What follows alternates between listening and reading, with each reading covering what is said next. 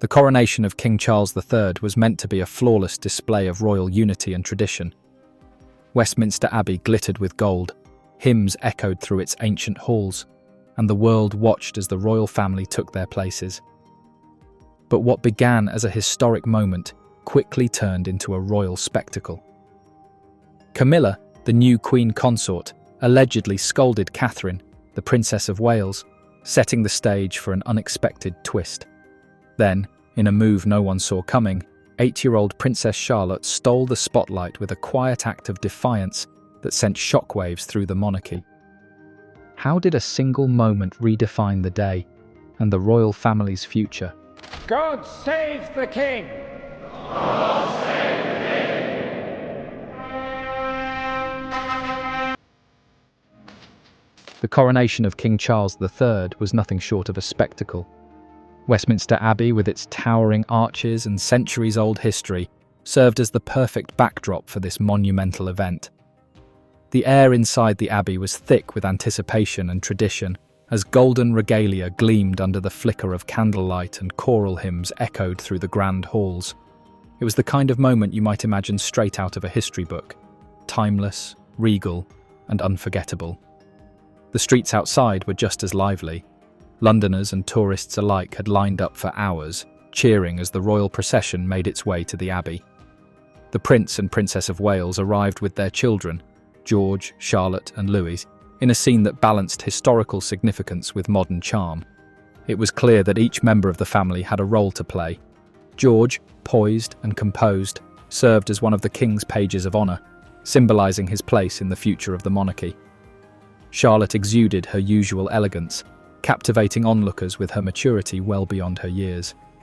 Even little Louis, known for his cheeky moments at royal events, did his best to keep up with the solemnity of the occasion. But the grandeur of the event didn't overshadow the simmering tensions beneath the surface. Camilla, now crowned Queen Consort, took her place with an air of confidence that didn't go unnoticed.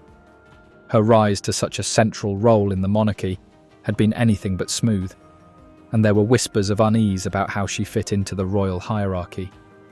Catherine, the Princess of Wales, carried herself with quiet grace, her demeanour hinting at the fine line she was walking, balancing her role as a key figure in the monarchy while managing the delicate family dynamics.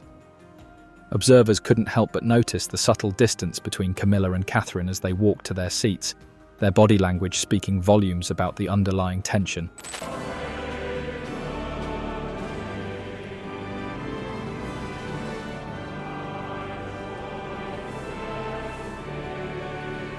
As the ceremony unfolded, the young royals became a focal point for many. George's precision in his duties, Charlotte's composed presence, and Louis's earnest effort to sit still were endearing reminders that, despite the weight of tradition, they were still just children. Yet their roles weren't simply ceremonial, they represented the future of the monarchy in a very public way. Every move they made was under scrutiny, and their behaviour was a testament to the values instilled by their parents. Despite the regal pomp and ceremony, the atmosphere inside the Abbey carried an undercurrent of strain. The royal family's recent history had been turbulent, marked by public scandals and private feuds, and the coronation seemed to bring those tensions to the forefront.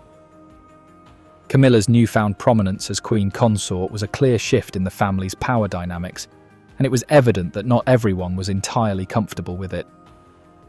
The coronation of King Charles III was designed to showcase unity and tradition, but it didn't take long for underlying tensions to make their presence felt. All eyes were on the royal family, and a subtle exchange between Camilla, the new Queen Consort, and Catherine, the Princess of Wales, quickly became the moment people couldn't stop talking about.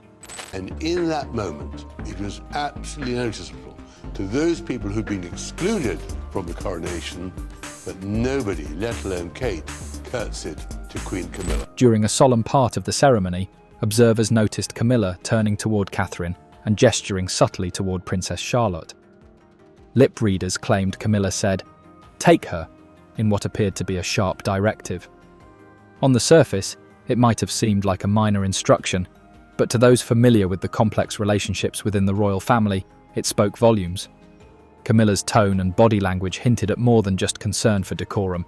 It felt like an assertion of authority at a highly public event.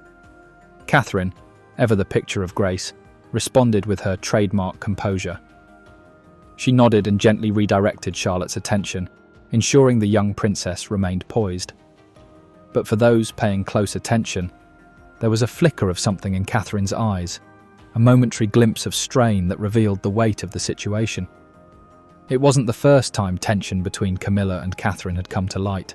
Over the years, their relationship had been marked by subtle power struggles and differing approaches to their roles in the monarchy.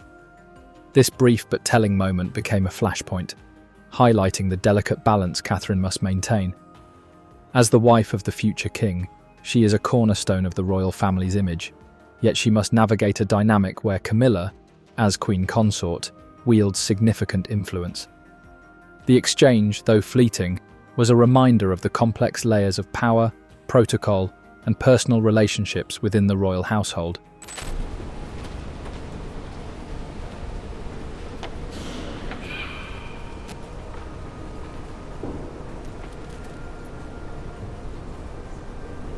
Amid the grandeur of the coronation, it wasn't a king or queen who left the most lasting impression. It was an 8-year-old princess. Charlotte, known for her composed demeanour, showed a level of confidence and awareness that few expected. Her actions not only captured the public's imagination, but also subtly shifted the narrative of the day. After Camilla's whispered instruction to Catherine, many expected the incident to quietly fade into the background.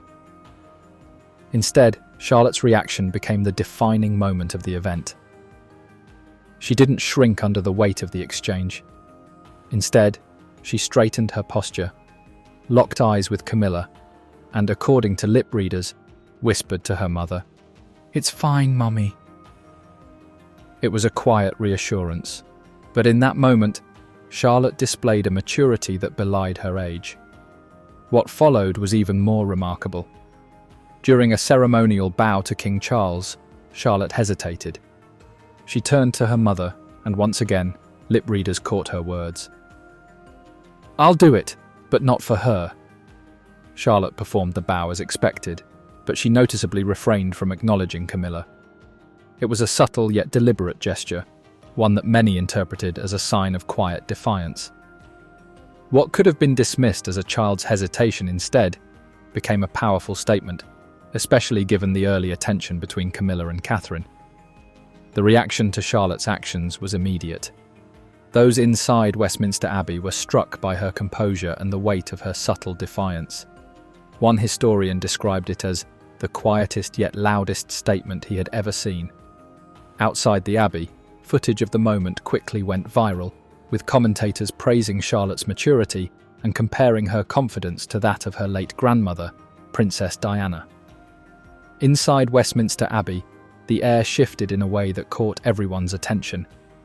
The ceremony, steeped in tradition and grandeur, seemed momentarily overshadowed by an unexpected tension. What started as a whispered exchange between Camilla and Catherine soon spiraled into a moment no one could ignore, thanks to Princess Charlotte's poised yet defiant response.